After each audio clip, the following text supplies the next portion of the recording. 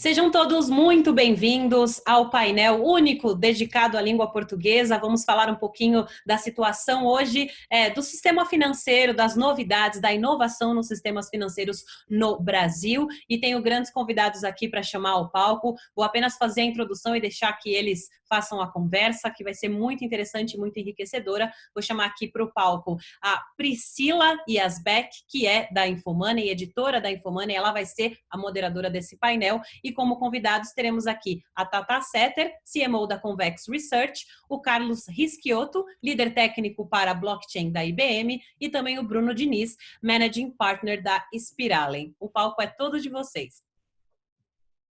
Obrigada, Maíra. Obrigada, Maíra. Valeu. Bom, vamos lá, então. Queria começar com as mulheres, né? Vou começar uma pergunta para a Tata. Tata, você que é uma representante aí do quanto que essa tecnologia do blockchain, os criptoativos representam ou trazem de liberdade aí para as transações financeiras e descentralizam muitas das decisões, eu queria que você explicasse para quem está nos assistindo de que forma que essa tecnologia, essa revolução que a gente está vendo no mercado financeiro, ela se aplica especificamente a esse ponto aí da maior liberdade dos usuários. Bom, primeiramente quero agradecer aí o convite, né? Representar aqui as mulheres também nesse ecossistema aí das criptomoedas, do mercado financeiro em geral. É uma grande satisfação estar fazendo parte, né, desse movimento aí, também dessa questão toda da inovação que a gente está trazendo para o mercado financeiro. Eu trabalho, né, na Convex Research, que a gente faz um trabalho realmente de trazer informação e conhecimento para as pessoas a respeito do potencial que tem as criptomoedas de devolver o poder às pessoas. A gente vê aí que as criptomoedas, na verdade, o Bitcoin, ele surge para resolver um problema que existe, que é do monopólio aí da emissão da moeda, né, pelos governos. E a gente vê como que isso foi deteriorando ao longo do tempo o poder, né, de aquisição das pessoas, da população, foi empobrecendo realmente a população. Então, a gente entende aí nas criptomoedas, no Bitcoin, como uma maneira de devolver aí o poder às pessoas, de realmente democratizar também o acesso aos serviços financeiros. Certo. Carlos, vou passar a bola para você agora. A gente sabe, então, né, o pessoal que está assistindo, assim, tem algumas pessoas que acho que já tem contato com esse universo, mas também queria que você respondesse para quem é leigo. Em que estágio que a gente está da implementação do uso de criptoativos, de blockchain no nosso sistema financeiro, mas não só no sistema financeiro, como também em outros mercados? Legal, Priscila. Então, a gente vê o seguinte, né? Primeiro, um pouco uma separação entre a tecnologia e a aplicação própria da tecnologia, né? O blockchain é a tecnologia que está por trás, por baixo de todas essas ideias de criptomoeda, ativos digitais e por aí vai, né?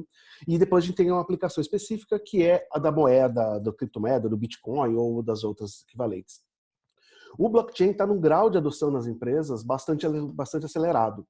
A gente tem vários projetos ao redor do mundo usando blockchain para controlar transações das mais diversas origens, dos mais diversos tipos, desde rastreamento de alimentos, container, medicamento, registro de serviços e por aí vai, né? Então a tecnologia já está hoje num grau de maturidade bastante razoável. Óbvio que ainda tem um caminho gigante para expandir, mas já tem aí uma consolidação bastante interessante, né? A hora que a gente começa a olhar para o mundo do criptoativo em si, aí a gente vê que está um pouco mais devagar, principalmente no mundo das empresas, né? Elas têm talvez até um receio ainda de entender melhor como usar isso, porque depende de todo o baseamento legal, de toda aí uma série de coisas do mercado para dar uma segurança para a empresa adotar como um ativo mesmo, criptográfico, criptoativo, né? Mas está caminhando para esse lado também, tá? Mas a gente vê realmente uma expansão nos últimos 2 anos aí gigantesca da adoção desse tipo de tecnologia. Uhum. E Bruno, a gente também tem visto, assim, na linha um pouco do que o Carlos falou, né? Um receio da adoção das moedas por causa da forte oscilação que elas têm. Você recentemente escreveu um artigo que a comunidade aí que acompanha muitas notícias sobre criptoativos ficou de olho, falando sobre as stablecoins. Queria que você explicasse um pouco desse conceito para quem está nos assistindo e falasse de que forma que esse conceito pode resolver um pouco dessa oscilação forte aí que as criptomoedas têm hoje. Bom, Priscila, obrigado pela pergunta e obrigado a Binance pelo convite para bater esse papo sobre criptoativos em geral e a inovação do mercado financeiro. Bom, quando a gente fala de stablecoins, né, foi um passo importante dentro da evolução do ecossistema cripto como um todo. A gente teve desde o lançamento aí do Bitcoin no final da década dos anos 2000, a gente começou a ver diferentes usos de aplicações, né? Teve o surgimento das altcoins, que são essas criptomoedas alternativas, né? Com diferentes usos e casos de uso aí. E aí a gente teve, de fato, a criação aí da stablecoin, muito mais como um objetivo de proteger das oscilações, né? A gente tinha, né, e ainda tem uma oscilação grande aí, a gente vê desde o Bitcoin a de outras altcoins. E uma das primeiras stablecoins que surgiram foi o Tether. E o Tether surgiu ali por volta de 2015, se popularizou bastante e acaba sendo um refúgio. As pessoas trocam aí Bitcoin e outras cripto em Tether para poder travar aí, de certa forma, e se proteger da oscilação, fazendo um hedge aí, de fato, da operação dentro desse mundo. A gente tem outras, a gente tem o BNB aqui da Binance, a gente tem também o True USD também. Então, tudo isso fez parte de uma evolução crescente do ecossistema e é uma peça fundamental para que a gente consiga aí, trabalhar e operar com um grau maior aí de segurança e com instrumentos adequados de hedge nesse mundo. Certo. Gente, eu estava conversando com a Maíra antes da gente promover esse debate aqui. Ela estava me contando uma coisa muito interessante, que lá na Venezuela, que a gente vê uma crise sem precedentes, as criptomoedas elas estão ganhando muita força, né? Eu queria talvez que a Tatá comentasse aqui com a gente como que a desvalorização das moedas, isso vale também para o real, ela acaba levando, então, um movimento de busca pelos criptoativos, pelas criptomoedas.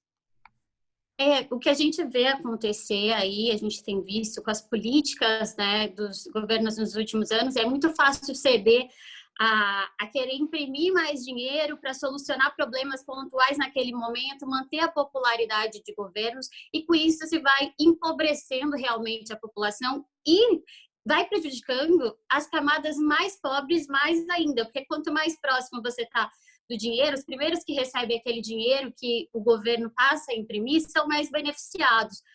Quando chega lá na classe mais necessitada, já perdeu o valor.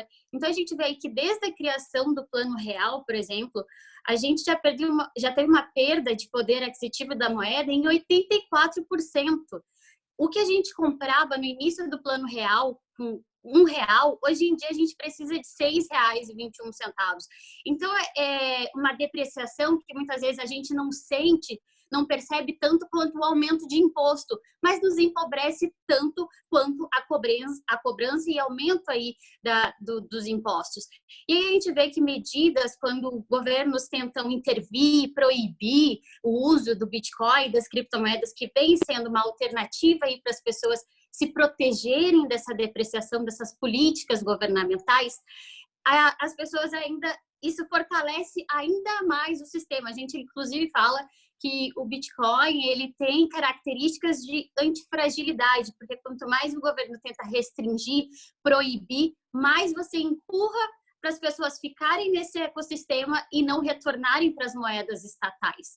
Então, a gente vê que quando o avanço dos governos é muito forte em querer proibir ou intervir de maneira muito agressiva, eles estão, na verdade, fortalecendo aí ainda mais o ecossistema de criptomoedas. E como você falou, Isabel, a questão das pessoas estarem encontrando aí no Bitcoin, criptomoedas, mas o Bitcoin, essencialmente, que na nossa tese de investimentos é visto como ouro digital, como uma maneira de preservar aí o patrimônio das famílias. E aí a gente está vendo isso na Venezuela, na Argentina, e como a gente vê também em outros países que isso está acontecendo.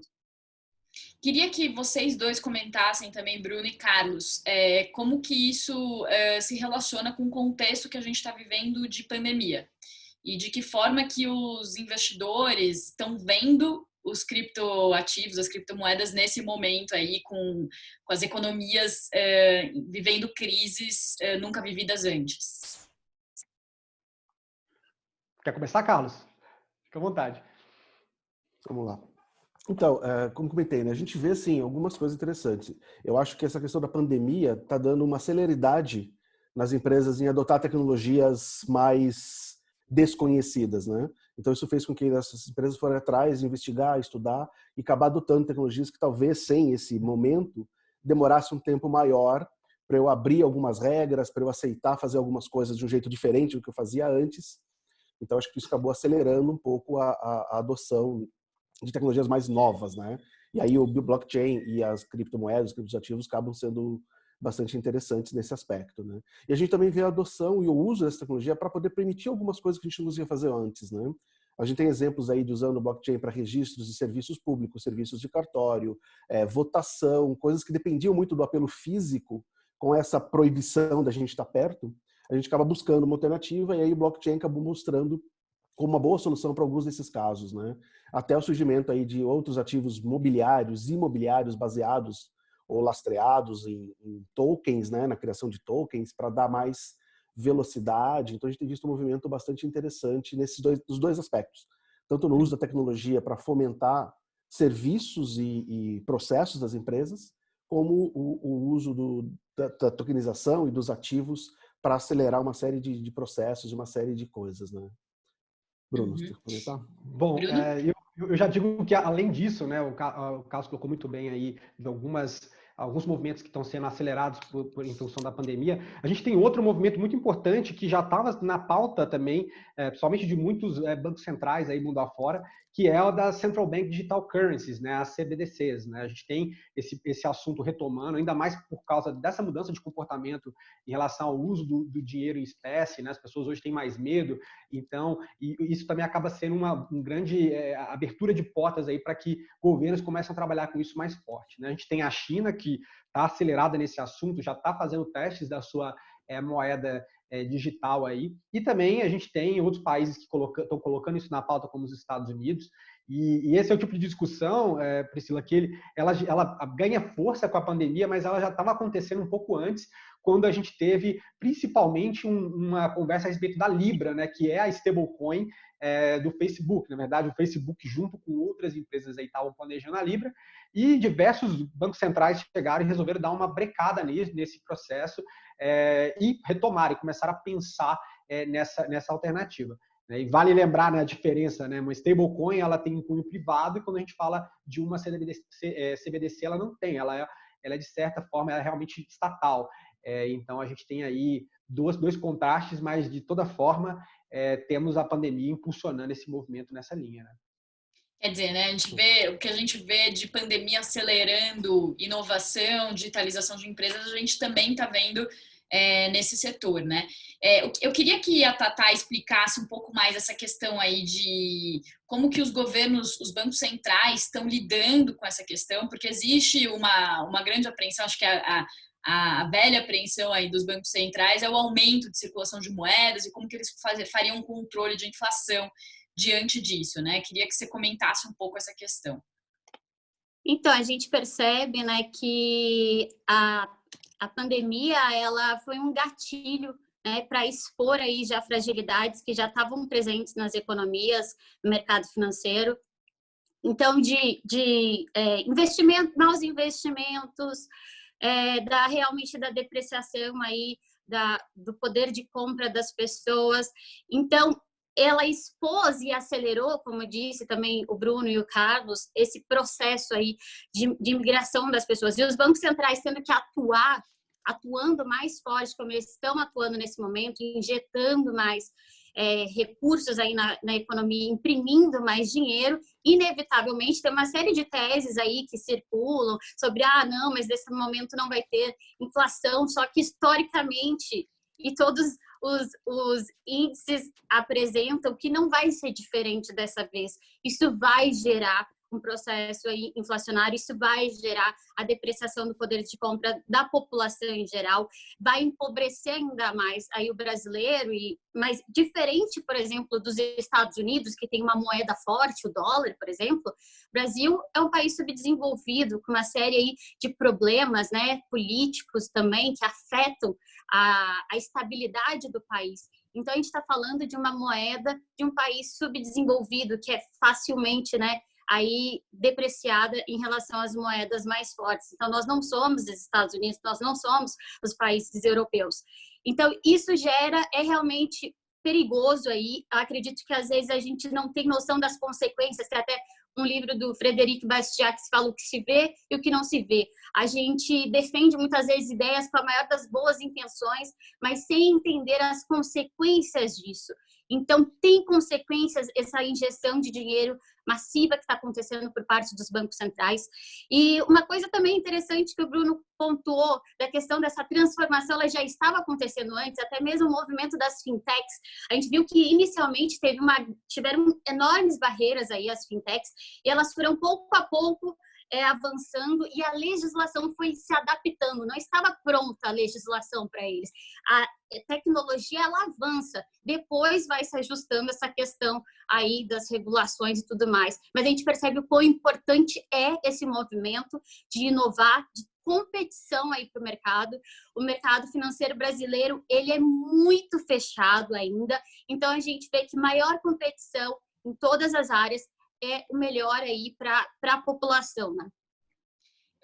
Queria colocar uma questão também, o Bruno falou sobre a moeda do Facebook, né, da Libra, e daí eu queria jogar talvez para o Bruno e para o Carlos essa questão de concentração também do mercado, né, porque a gente acabou de ver o Banco Central barrando o WhatsApp Pay, justamente porque eles viram um risco de concentração de mercado com o Cielo, a parceria seria com o Banco do Brasil, Nubank, se não me engano.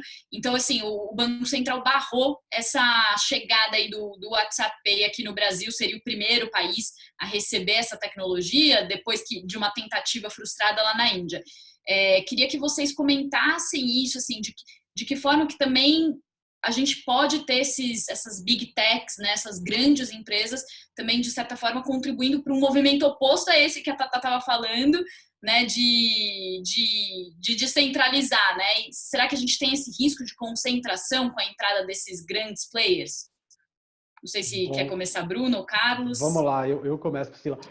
Bom, falando especificamente disso, né, assim, um dos motivos que levou, inclusive, o Banco Central a segurar essa entrada do Facebook via WhatsApp aqui fazendo função de pagamentos, tem a ver com a implementação do Pix, que é esse sistema de pagamentos instantâneos aqui que vai entrar no ar no Brasil em novembro, né? E assim, a grande diferença do Pix, o que eu costumo falar, é que o Pix ele tenta corrigir um problema que hoje acontece, de certa forma, lá na China.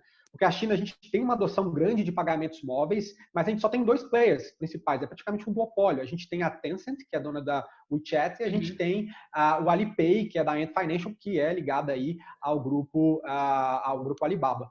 Então, assim, lá a gente tem 2 grandes players. Aqui, o Banco Central está criando, né, uma infraestrutura básica de pagamentos interoperável, que funciona 24/7, está criando um próprio código chamado BR Code, que é um QR Code, que vai funcionar para todo mundo. Então, você vai ter o seu QR Code individualizado. E aí, em cima disso, atrair os players, né, trazer bancos para isso, fintechs para cá, e também big techs, por que não? Então, você tem todo mundo nivelado dentro do mesmo ambiente competitivo e totalmente interoperável, sem criar essas incongruências de arranjos fechados e que vão centralizando muito poder. Então, eu entendo que esse movimento foi, de certa forma, acertado. A gente está criando as bases, o Pix vai ajudar muito nisso, né? Inclusive, o Pix, de certa forma, pode acabar, do meu ponto de vista, influenciando em algumas stablecoins que a gente tem aqui, que a gente tem stablecoins que foram criadas exatamente para tentar resolver um problema da pessoa que quer operar no final de semana e tem um horário de TED. Né? E com o Pix a gente não tem isso, a pessoa pode chegar e mandar um recurso, né? E muita gente estava usando algumas stable, comprava e poder, de certa forma, fazer as operações. Então a gente tem um novo movimento, mas eu acho que o Banco Central está muito preocupado, não só do Brasil, como em outros lugares, para manter um ambiente competitivo aí sadio, né? Carlos? Exatamente, Bruno. Acho que essa é a palavra-chave, né? Essa questão de trazer o equilíbrio, né? Como a gente tem empresas, às vezes, com poder econômico muito grande, seria fácil ela desequilibrar o mercado, ou oferecendo um produto que só ela vai conseguir ter, ou por abrangência, ou por tecnologia, né? Eu acho que realmente a preocupação do regulador é muito essa, de tentar manter aí o equilíbrio tanto no mercado, quanto o equilíbrio da competição, de poder permitir que todo mundo esteja participando, né? Complementando até o que a Tata comentou, o Banco Central hoje tem uma visão muito progressista, muito assim, avançada com relação às fintechs, ela está trabalhando forte com a regulação do Open Banking, que é o embasamento por base para permitir que as fintechs possam cada vez mais operar e criar serviços, né? Inclusive, na semana passada, teve um pronunciamento do Campos Neto, que ele comenta sobre o Pix, explicando um pouquinho mais aí da evolução do projeto. Inclusive, ele fala que, na visão dele, o Pix, esse movimento de pagamento instantâneo, vai culminar numa moeda digital, né, numa Central Bank Currency, daqui a pouco. Né? Então, o caminho da tecnologia é muito esse. Né? Então, realmente, eu acho isso bastante interessante. Mas, do outro lado, sempre existe esse poder, essa possibilidade das grandes empresas, sejam elas as Big Techs ou não, né? A empresa que detém uma fatia de mercado muito grande tem uma influência. Se a gente pegar um grande varejista no americano, por exemplo, ele pode criar uma moeda que é válida naquela cadeia dele e trazer aí um grau de influência no mercado. Né? Por isso que eu acho que é importante essa visão do regulador. Por um lado, às vezes a gente fica meio frustrado que a regulação e a legislação segura um monte de coisa, segura inovação, mas, por outro lado, traz uma certa segurança. Né? Acho que esse equilíbrio de inovação aberta e uma garantia, algum tipo de garantia, é bastante importante, né? Sim.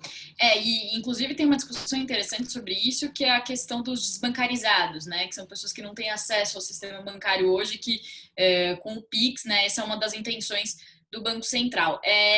Bom, a conversa fluiu que Maíra me deu um toque assim, ó, estamos encerrando de tempo, eu tô assim, pô, mas queria agradecer muito a presença de vocês. Antes, queria só que vocês fizessem as considerações finais. Vamos começar com a Tatá e depois eu passar para a Maíra, que também tem uma palavrinha final.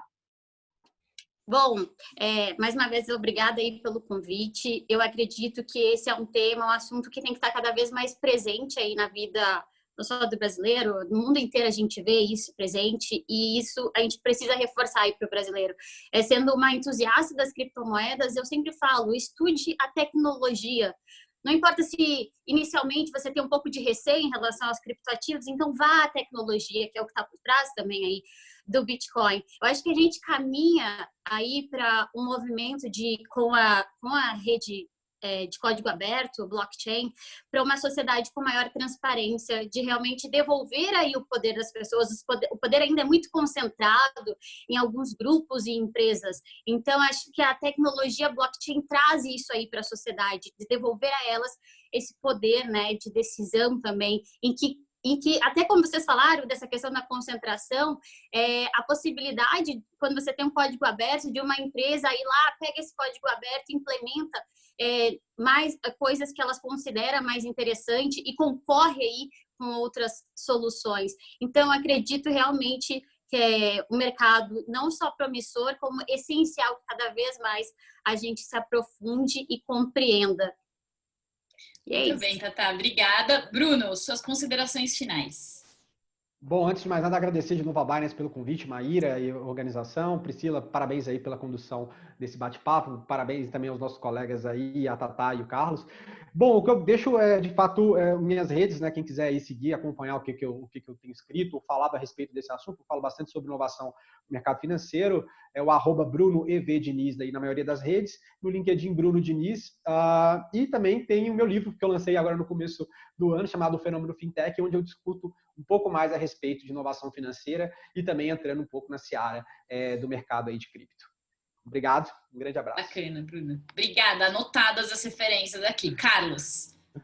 Legal, novamente, né, agradecer aí ao convite, a participação da galera no painel, acho que foi super, super interessante. Ressaltar, inclusive, o que o Tato falou, né, estudem, pesquisem o assunto, para poder ajudar um pouquinho vocês lá no site da IBM, ibm.com/blockchain, tem muito material. Vocês podem me encontrar também aí nas redes sociais, principalmente no LinkedIn, @Risquioto, como o meu sobrenome. Eu também estou à disposição aí para ajudar no que puder e, novamente, obrigado pela oportunidade. Muito obrigada. Oh, peraí, Tatá, você não falou, isso que eu ia falar, que você foi a única que não falou e depois aí a Maíra passou a bola para a Maíra. Então, deixa também tuas redes aí. Tá bom, obrigada, Isabel. Então, para me acompanhar nas redes sociais é Tassaeta, também tem as redes aí da Convex Research, também sempre tem bastante conteúdo e informação relevante. Tá certo, então, Tatá. Maíra, com você, obrigada pelo convite também aí para a mediação desse debate. Super interessante. E agradecer, obrigada, Pri, obrigada a todo mundo que participou. Gostaria de ter mais tempo para a gente poder falar sobre isso, realmente tem muito assunto. E até acrescentar que vocês estavam falando de como a pandemia traz oportunidades e força muitos movimentos. A Binance viu só no Brasil um crescimento no primeiro trimestre, quase 20% de novos usuários e continuou aumentando nos meses seguintes, ou seja, as pessoas nesse período de crise, estão procurando alternativas, outras formas de investimento, outras formas de transacionar dinheiro. Então, acho que tudo isso permeia o universo de criptomoedas, o universo de finanças, o universo que a gente vive hoje, né? A gente está num momento que está definindo o que vai ser o futuro e é muito legal fazer parte disso. Mais uma vez, obrigada a todos por terem participado.